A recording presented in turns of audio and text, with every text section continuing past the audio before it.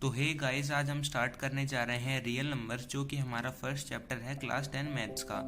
तो पहले हम नेचुरल नंबर्स के बारे में जान लेते हैं। नेचुरल नंबर्स वो नंबर्स होते हैं जो 1 से स्टार्ट होते हैं, जैसे 1 2 3 4 5। इसके बाद हमारा जो सेकंड पे है वो है हमारा होल नंबर्स। होल नंबर्स में मतलब होल मतलब जीरो भी इंक्लूड हो जाता है उसमें, 0 1 2 3 4 5। उसके बाद थर्ड पे हमारा इवन नंबर्स। इवन नंबर्स वो नंबर्स होते हैं जो हमारे पास 2 से डिवाइड हो जाते हैं, जैसे 2 4 6 8 10 12। फोर्थ पे हमारा है ओड नंबर्स। ओड नंबर्स वो नंबर्स होते हैं जो 2 से डिवाइड नहीं हो पाते हैं, जैसे 1 3 5 7 9 वगैरह ये सब। फिफ्थ पे हमारे पास है इंटीजर्स। इंटीजर्स इनमें बस होल नंबर्स में बस माइनस और प्लस का साइन ऐड हो जाता है और इसके अलावा कुछ नहीं है। सिक्स्थ पे है हमारा प्राइम नंबर्स। प्राइम नंबर्स वो नंबर्स होते हैं जो अपने टेबल के अलावा 1 में आए बस, जैसे 2 अपने टेबल में आता है और 1 के टेबल में आता है, तो ये हम प्राइम नंबर्स हो गया। इसके बाद हमारे पास है कंपोजिट नंबर्स। कंपोजिट नंबर्स वो नंबर्स होते हैं जो अपने टेबल के अलावा 1 और किसी टेबल में भी आए, जैसे 4 है, 4 अपने टेबल में भी आता है, 2 के टेबल में भी आता है और 1 के टेबल में भी आता है, तो ये हमारे पास कंपोजिट नंबर हो गया।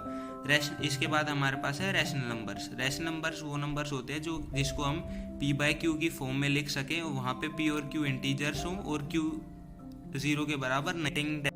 हमारे पास कुछ आइडेंटिफिकेशन ट्रिक्स हैं रैशनल नंबर्स की, जैसे अगर कोई नंबर टर्मिनेट कर जाता है, मतलब 2-4 डिजिट डेसिमल के बाद एंड हो जाता है, तो वो रैशनल नंबर्स कहलाएगा और इसे हम टर्मिनेटिंग डेसिमल भी कहते हैं। और इसके बाद हमारा टॉपिक है यूक्लिड डिवीजन एल्गोरिदम। एल्गोरिदम क्या होता है? ये एक प्रोसीजर होता है, प्रोसीजर या फॉर्मूला होता है जिससे हम किसी भी चीज़ को सोल्व कर सकते हैं। जैसे रूबिक्स क्यूब होता है, उसको हमारे पास फॉर्मूले होते हैं जिससे हम सोल्व कर सकते हैं। और यूक्लिड हमारे पास ये है, ग्रीक मैथमेटिक्स थे हमारे, जो कि फाउंडर ऑफ ज्योमेट्री भी कहलाते हैं।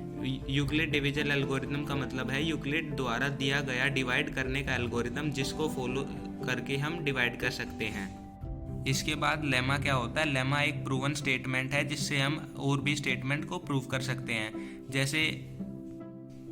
जैसे the sun rises in the east, ये एक प्रूवन स्टेटमेंट है, ठीक है। और इसके बाद the sun sets in the west, ये एक अनदर प्रूवन स्टेटमेंट है।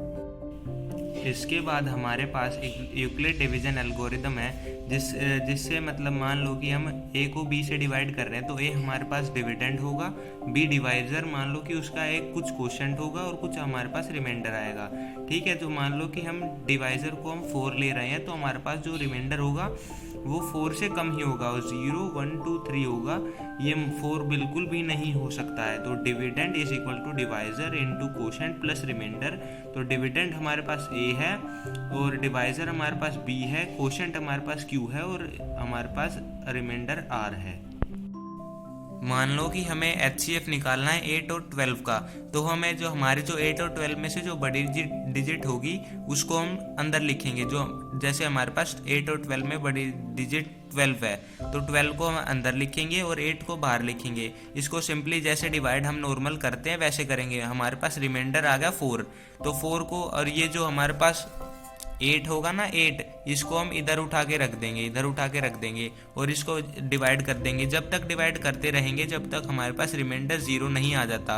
तो हमारे पास है dividend is equal to divisor into quotient plus remainder. Dividend हमारे पास पहले 12 है, फिर हुआ हमारे पास जो डिवाइजर है हमारे पास 8 है, क्वोशंट हमारे पास 1 है और रिमाइंडर हमारे पास 4 आ गया। तो हमारे पास जो अगला स्टेप होगा, हमारे पास जो ये होगा ये 8 होगा, इस बार 8 होगा, हमारे पास डिविडेंड 8 होगा। तो 8 is equal to 4 into 2 plus 0। तो हमारे पास डिवाइजर है वो हमारे पास HCF होगा, तो HCF हमारे पास 4 होगा। तो HCF ऑफ 12 एंड 8 इज 4।